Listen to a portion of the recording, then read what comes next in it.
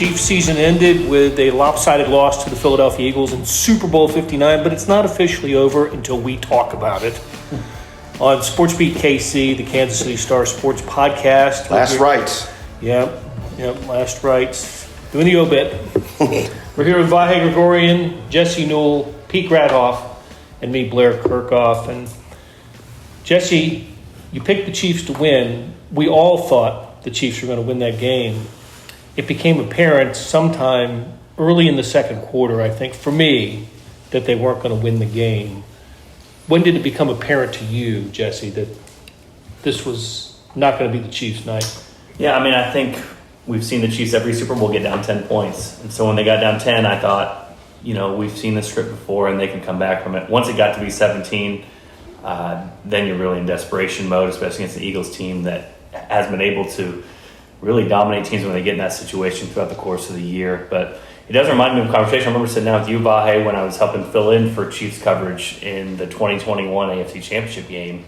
The last time the Chiefs lost in the playoffs, and saying the same thing I'm about to say now, which is like, if you would have given me 100,000 reasons why the Chiefs would lose this game, and the number one reason the Chiefs were going to lose this game, I might not have picked Patrick Mahomes playing the way he did. And so, listen, the offensive line was bad. The Chiefs had some things roll against them. Everybody's entitled to a bad game. The Chiefs haven't had many of them this season. But, I mean, the reason that I picked the Chiefs in this game, the reason so many other people thought the Chiefs had a chance, is that these big-time moments have always created big-time memories and big-time plays for Patrick Mahomes. And he just was not himself from the jump. And when that happens, the Chiefs have no chance. Yeah, what happened by Patrick? I entirely agree. And at some point, honestly, I started asking myself, am I forgetting a hit he took that might have, produced a concussion or something? Because honestly, the decisions and even the angles he was taking on things were really uncharacteristic of him. So I thought something was cloudy in his judgment. And look, I mean, Jesse broke this down and Sam did too. I mean, it's not like they were befuddled by the Eagles' blitzes, because the Eagles didn't blitz. Zero times. It's not like they were, thrown off by all the, variety of coverages. It was basically zone the whole time, right? So that's what makes it all the more unaccountable. And just one quick sort of affirmation of Jesse's point. I mean, 10-0, you're like, okay, well, this is where it starts for the Chiefs, right? They're down double digits. Now it kicks in. And 100%, once it was 17, and also the way it was 17, right? With Mahomes making just back-breaking mistakes and the Chiefs just getting plowed on both sides of the ball. I mean, this game was really won at the line of scrimmage each way, too. Yeah, Pete, I thought, yes, Mahomes' maybe his worst game. What was the passer rating at one point? 10.8. I saw it as low as 9.7, I think, after that second interception. And he had a lot of throws that just were off the mark. He had guys open at times that he didn't get the ball there. He underthrew them. It was absolutely an atypical game for him, and that's a big reason they lost. First play was the first down pass to Juju Smith-Schuster, gained 11 yards or so, and that was it for the Chiefs' total for first downs in the first half. It was 9-1 or 13, whatever it was at halftime. What total yards? 23 yards, 11 on that first play. Yeah. So the next 19 plays of the half produced 12 yards. It's actually even worse than that because of the pick six and the interceptions. Yeah. I'll go into the advanced stats of this. Expected points added, Mahomes had 19 or 20 against the Bills. He was the reason they won that game. In the first half, he was at negative 14.6. If the Chiefs would have knelt the ball every single time, they'd have been in a better position at halftime than what they did with their offense. And so, that's the we've seen 0 EPA halves from him. We've seen -1. And then he comes back, and in the third quarter and the fourth quarter brings it back together. We haven't seen -15. And listen, it's like we said, we can blame other things. The offensive line was no good. Obviously, we've had these discussions about, DJ Humphries. Should they have put him back at left tackle and put Joe Thuney back at left guard? This thing exploded on them at the exact wrong time. Listen, do they get to the Super Bowl if they go that way? I don't know. Maybe they lose to Houston. Yeah. It's hard to go back and see all these things, but this is exactly why this was a difficult decision, because the Chiefs' ceiling was impacted in a game that it was a 50-50 game against a really good opponent, and we saw the absolute worst of its floor when they could not block anybody on the Eagles side of the football. I think Caliendo had a really rough game, and Joe Tooney had a rough game. and Tooney did too. Both of them talked about it in the locker room after the game. Caliendo, it was tough. He was facing his locker the whole time. Didn't make eye contact with anyone. But answered questions. I'm glad he did that. We've referred to that 10-0 point in the game. I want to read to you the play-by-play over the next. I mentioned this to Vahe during the game last night. I think this may have been the worst 10-play stretch in Chiefs history. But here's what happened after it was 10-0. And Jesse, you're right. I thought 10-0. Ha ha ha. Chiefs have them right where they want them. It's playing into the narrative. It's early too. It's early. So Eagles get the field goal to make it 10-0. And here's what happens. First, and kick the ball out of the end zone. First and 10 at the 30. Mahomes sacked 4 yards. Second down, Mahomes sacked -2 yards. Third and 16 at the 24. Mahomes intended for D-Hop, intercepted by DeJohn and returned 38 yards for the touchdown. Okay, 17-0. Chiefs get it back. First and 10 at the 30. Pacheco up the middle, -2. Pacheco around right guard for 3. That's the biggest play of this 10-play series, by the way. Mahomes sacked, -7 yards. Ariza punts. Eagles get it back. And ended up punting back to the Chiefs, still 17-0. So Chiefs, I remember talking to you guys, and Sam McDowell, our colleague, said they have got to score right now. They've got to score. They get the ball to start the second half. It's down, they're 17-0. Even if it's just a field goal, they get a touchdown to start the second half, and it's a one-score game. Instead, Mahomes, short pass, middle, intended for Marquise Brown, intercepted Zach Brown. And the Eagles had a short field at that point. That's about -14 points right there. That play, the pass to Hollywood Brown, I can picture the play in my head. I didn't see different angles. Maybe you guys got a better angle. I had somebody tell me they thought it was deflected off of somebody's shoulder. I didn't see that.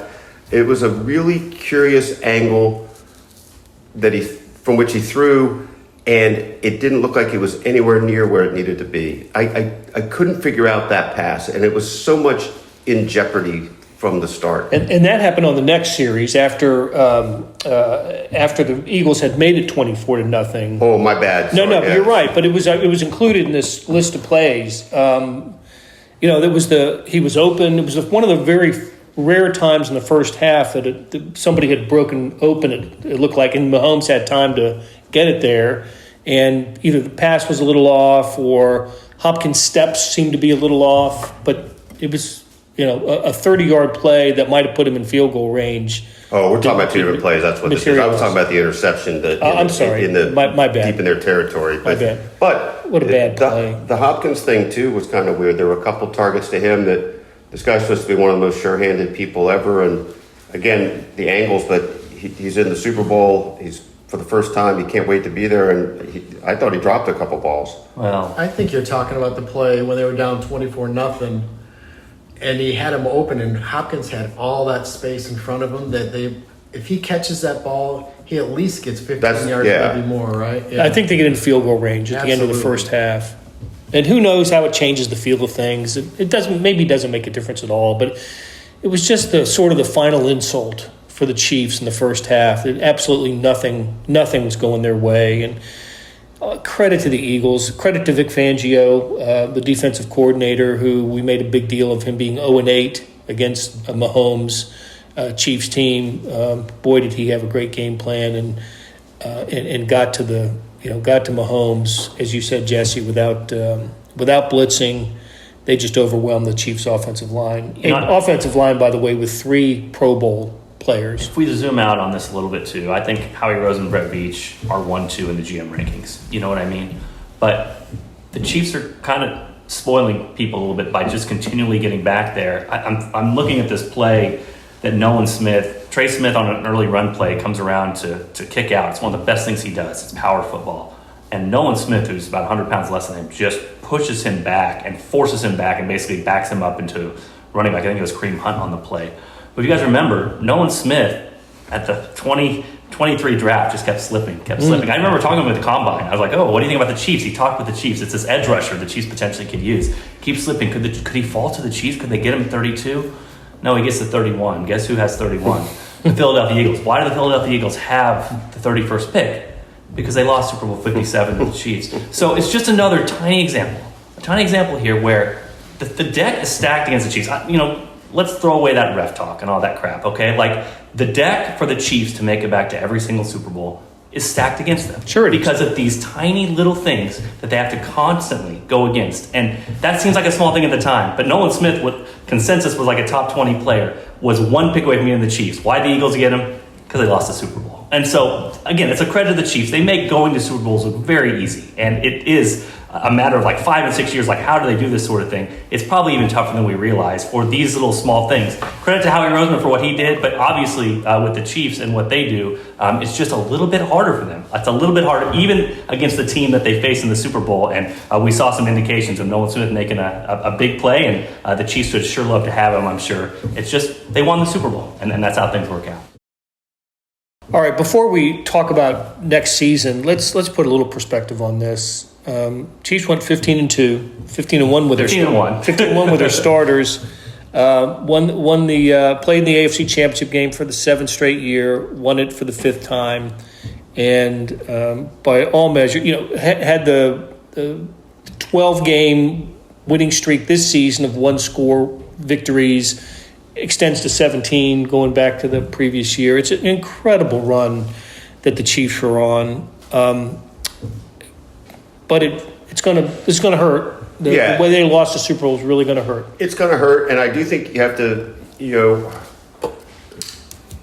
it's startling because of how dramatic it was, and it was so lopsided that it makes you think about, okay, where are they? What kind of crossroads are they at? But to your point, the reason they've been here is the sort of organizational harmony, the generational, if not, century-old bull, if that's a word, quarterback, and, the coach on the Mount Rushmore. I mean, all those things are intact. To Jesse's point, they're going against gravity every step of the way because the NFL is designed in every way to prevent this. So that's what they're up against. But I was thinking about this last night as I was thinking about how jarring this loss was. I was like, boy, they're vulnerable. And you throw out that Denver game, which should be thrown out. It was a JV game. I mean, they won 23 of the last 24 NFL games coming into this game. And as you said, 7 straight AFC Championship games. And the only team ever to get back to the Super Bowl after winning 2 in a row. So, I don't think it's a house on fire, but I do think there's reason to think next year is a swing year in what we see them as. I mean, are they still a perennial AFC Championship game team? I don't know that answer, and they're going to have to spackle in a lot of things once they figure out the free agency situation. Free agency and the draft. And the draft, Let's talk what's next. What's that? So let's talk what's next. Yeah, let's do it. So, first of all, franchise tag is the first deadline that approaches, and it's I think February 18th is sort of the opening of the franchise tag window. Chiefs had used a franchise tag last year on L'Jarius Sneed, and then eventually traded him. Got a 3rd round pick that's going to end up being like number 66 overall in that deal, but I've got a sense that we're not going to see a player franchise tagged. No, I mean, the thing about doing that is like L'Jarius Sneed had held him hostage. You have to reserve that money for that player, and then it just completely handicaps you in free agency when you want to go out there and buy and target a certain guy. I remember like when I first got on the beat, they targeted Justin Reed, and they just wanted a physical safety on the back end who could help in the run game, and like it was perfect. It was a perfect fit for them. They have done a good job when they figure out and target guys that they believe is perfect for them. So really the big candidate would be Trey Smith, but like, is that going to help you in negotiations? Probably not. Can you trade him potentially? But like, what is the cost of that versus like being able to use your free agency funds to go out and get a potential guy that can help? And then when you do trade him at some point, then that money doesn't do any good because free agency has already passed. So it's a tricky dance the Chiefs walk here, but I would not anticipate that they tag Trey Smith, but potentially could make an effort to sign him. Now, I don't know if this Super Bowl changes that because I always talk about weak link system on the offensive line. You can have 3 or 4 really good offensive linemen. If you got one weak link, it don't matter. Changes everything. Changes everything. The Chiefs had 4 good offensive linemen, and they had one weak link, and then they had to move one to left tackle and then put in their backup, and all of a sudden it didn't matter. So it might change the calculations that the Chiefs front office looks at and says, how valuable is Trey Smith to them? Because even if they get him right and still have that question left tackle, maybe it doesn't do as much good as you would hope. I think Trey's going to end up with Pete's Chicago Bears. There's been a lot of smoke on that one, hasn't there? It sure has. Yeah, and to clarify the record here, I grew up outside of Chicago and was a Bears fan as a kid. Talk about past tense. Is that what you're saying? Past tense. You talk about how bad it is. Yesterday's game, the Super Bowl was. Man, just try being a Bears fan. Chiefs fans, just accept how good it's been because it can be bad. That sounds like a Bears fan still, guys. Is it reasonable to think that the money they don't give to Trey Smith could be used for both Justin Reed and Nick Bolton, 2 of the other high-profile free agents for the Chiefs? Potentially. I mean, I can say this. Brett Veach loves his guys. You know what I mean? And the guys that they know, the guys that have been in the building, the guys they know are good fits for them. And so that's how this whole thing has to kind of go about. I mean, they can make an aggressive offer for Trey Smith, but to your point, Blair, they'd have to get really creative with their salary cap already, and then they'd have to know they were basically done and set out the rest of it. And so that is where you probably have a priority number 1, and when that doesn't work out, then you go to 2 and 3. And we've seen Brett Veach do this in the past, where it's like he basically is up front with guys that says, hey, you are second on the priority list, you are third on the priority list, but if you wait things out, potentially there's still a home for you in Kansas City. But those free agents will be the first part, and then the draft is the second part. And we talked about the offensive line getting overwhelmed, and the Chiefs have to solve left tackle somehow. But let's not ignore the defensive line because they really didn't do their part against the Eagles as well. And the Chiefs are going to need some reinforcements there if they want to have more success and more production next to George Karlaftis and obviously Chris Jones. Right. Let's go back to free agents for a second. Pete, you've seen on social media where a couple of guys have already kind of, I don't know what to call it. It's almost like playing a provisional, we love you, but we might leave, sort of message from Justin Reed and Nick Bolton. That's right. Justin Reed did put out on, I think, X saying that he would love to be back. He doesn't want to leave. But, the economics here, he's going to try to get the best deal he can. And Nick Bolton was asked after the Super Bowl about it. He's a kid he considers going to Mizzou as being in the Kansas City area. So he feels like since he was an 18-year-old, this is his home. Now, whether he'll give the Chiefs a hometown discount, I don't know. But both of those guys would love to be back. And it'll be interesting to see, as you guys said, whether they can afford to do that. And a lot of things work against the Chiefs, Blair, but this works for them. In the fact that a lot of guys in free agency might give the Chiefs an extra bit of extra time, extra patience to say, I know this organization, I like winning, I want to be here. And one example last year was Mike Dana. From all accounts, it sounds like he had multiple offers from other teams. But instead of just saying, okay, I'll take your 3-year deal immediately, he said, I'm going to wait to see what the Chiefs do. I'm going to wait to see what the Chiefs do. Potentially even took less money to return to the Chiefs. So they have that advantage, the winning advantage there. But again, your money can only stretch so far. When you pay Chris Jones, you pay Creed Humphrey, and thinking about in the future, paying George Karlaftis, paying Trent McDuffie, this is a very complicated math problem the Chiefs are about to run into. Where does Hollywood Brown fit into this sort of whole Rubik's Cube? The top of the offensive list, other than Trey Smith for them. I mean, Patrick Mahomes loves playing with him, and he seems like a great guy. And obviously, they did not get that full connection throughout the course of the year. They wanted to hit on deep balls, but I would expect him much higher. If we're just looking at overall free agents, much higher priority than a guy like DeAndre Hopkins, for example. So yeah, that'll be one to track too. But again, a lot of that's going to be in Hollywood's court as well. You would think after the injury, the value is kind of maybe muddied with what people think about him. But when he was in there, he obviously changed the Chiefs' offense. And I like the idea of a receiving core next year with Hollywood Brown, Xavier Worthy, who had ended up with a huge game in the Super Bowl, and Rashee Rice. Depending on his NFL suspension situation, that's quite a impact trio right there. And full health too. We'll see. Yes, I mean, obviously he had a tricky injury when he got hit by Mahomes, but that's assuming full health, and then we know that at some point he will face a suspension. So, but even that, 157 yards in the Super Bowl for Xavier Worthy. I think it's fourth most all time. Them being able to throw the ball deep seems like we talked about it all last offseason, but man, I mean, I think they got to talk about it again. Like you saw times in the Super Bowl where it's like, that's basically unguardable, and the Chiefs need to go to that a little bit more. He did it twice. 2 50-yard receptions Crazy. for Xavier Worthy in the Super Bowl. So, and then there's Travis Kelce. NFL Network, NFL.com put out a story. It's the annual right of national media to suggest a Chiefs retirement. It was Andy Reid in the previous 2 years, and this year it's Travis Kelce. He addressed this idea in the week leading up to the Super Bowl and said the right things. What's he going to say? Unless he's going to declare that this is it, some dramatic announcement, you're going to say what he said, which was still loves to play, still wants to contribute, that sort of thing. But he's a dude with some options, some life options, doesn't he? And he's mentioned that before too. He's thought about life beyond football, and we can see that he has started his life beyond football in the off season, right? So Chiefs are definitely a different type of. Well, maybe I'll throw it to you guys. How different are they without Travis Kelce? Well, look what happened in the Super Bowl. He was, the guy who's been playoff Trav really was a non-factor. 4 for 39. 4 for 39. Breaks Jerry Rice's record, but that's the only thing he contributed Couple last drops night. as well. And a couple Especially kind of drops when it matters. And miscommunications too. Yeah. Especially that first one. And so it's interesting, right? He comes out after the bye week and looks invigorated. And now, the cumulative effect of this whole season, to me, he was back to sort of the step behind that he always was most of the season. Still formidable, still productive. Rather have him than not, no doubt. But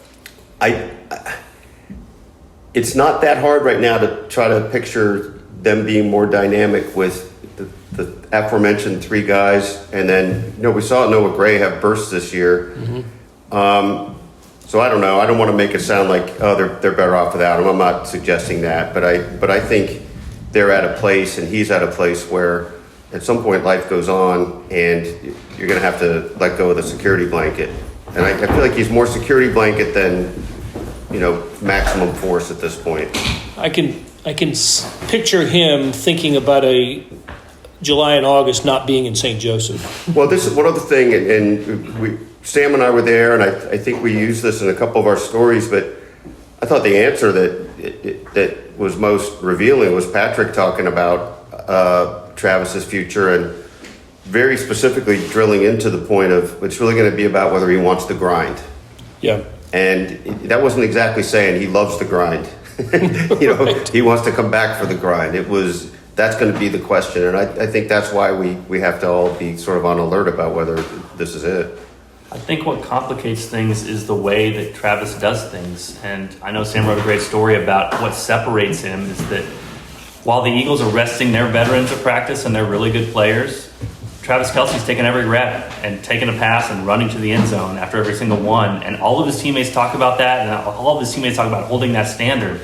But that just takes a little bit more out of you. And so talking about the grind of training camp and thinking about going through all that stuff in the heat again, obviously it's something with the Chiefs that could be, something he might not want to go through. But to your point, Vi, look, I think for him, Blair made the great point. Like, there's so many other things outside of it. So many other people, it's like it's football or nothing, and they try to figure out what can they do after the game to be able to fill this void in their life. He doesn't have that problem. I think his question is he's so smart and he's so into the game football. He's made so many plays this year where he's blocking a guy he shouldn't have, but he just understands what the defense is doing. That's how he helps the Chiefs, and the leadership helps the Chiefs, and the standard helps the Chiefs. But, Father Time comes for us all. So at 36, it's going to be a step slower than 35. And so do you want to continue to be the role player? Do you want to even kind of age even more into that? Or do you go out with saying, hey, 5 to 6 Super Bowls appearances, 1-2 straight, almost made the third, that sort of thing. So it's really probably the role he wants to take and accept that's going to decide this thing for him because, as you said, Blair, there's so many other opportunities out there for him, and he's still a young, good-looking guy. So the Chiefs are better with him than without him, but it's just a matter of whether he wants to accept that role or not. 1 year left on his contract, $17.1 million. He's the highest paid tight end. doesn't need the money, I venture to say. I think he's doing okay. Is it 1 on his contract or 2? I thought it was 2. 2025, he's got signed a 2-year deal entering last year. You're correct. Yep, the 2-year started last year, so that's what I was thinking. Yep, you are correct. Okay, any other big movements we should be talking about here before we wrap this thing up? Both coordinators will be back. We'll know about the other assistant coaches as the weeks unfold. But Steve Spagnuolo, Matt Nagy, Dave Tobe, I expect them all back. Yeah, absolutely. That's what the Chiefs have going for them, the continuity. And as I said before, Trent McDuffie's going to be up for an extension too. So that's one that you would think the Chiefs want to lock in. Yeah, we'll see. They've got a lot of interesting decisions. That's what happens when you have a lot of good players. All right, another great conversation on SportsBeat KC with Vahe Gregorian, Jesse Newell, Pete Grathoff. Thanks for listening. Big thanks to Monty Davis and to Randy Mason for producing. And this is the end of the Chiefs season, not the end of the Chiefs discussion. We'll have more shows in the next few weeks. Thanks a lot.